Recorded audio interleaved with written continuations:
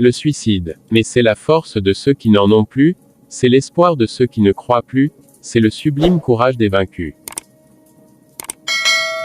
Le baiser est la plus sûre façon de se taire en disant tout. Le réaliste, s'il est un artiste, cherchera, non pas à nous montrer la photographie banale de la vie, mais à nous en donner la vision plus complète, plus saisissante, plus probante que la réalité même. Aimer beaucoup, comme c'est aimer peu. On aime, rien de plus et rien de moins. Une femme, mariée à 20 ans, est mûre à 30 et avancée à 40.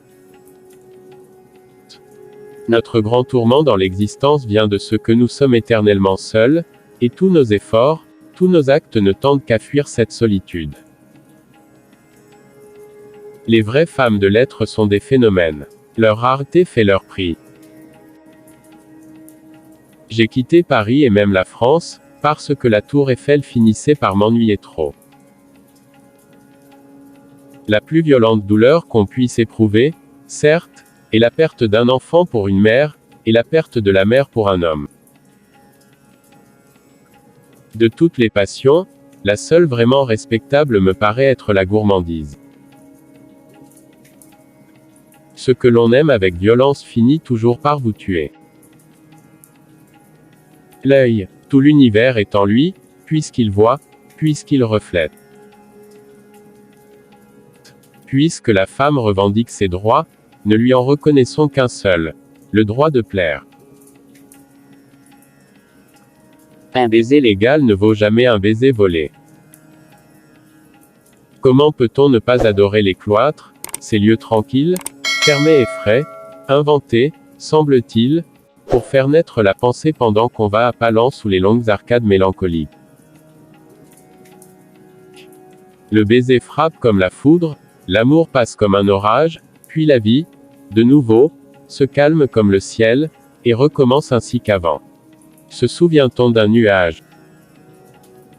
C'est bête, les femmes une fois qu'elles ont l'amour en tête, elles ne comprennent plus rien. Le surnaturel baisse comme un lac qu'un canal épuise. La science à tout moment recule les limites du merveilleux. Les grands artistes sont ceux qui imposent à l'humanité leur illusion particulière. Mais sait-on quels sont les sages et quels sont les fous, dans cette vie où la raison devrait souvent s'appeler sottise et la folie s'appeler génie? L'homme qui aime normalement sous le soleil, adore frénétiquement sous la lune. Une action blâmable en soi devient souvent méritoire par la pensée qui l'inspire. La vraie peur, c'est quelque chose comme une réminiscence des terreurs fantastiques d'autrefois. Le regard moderne sait voir la gamme infinie des nuances.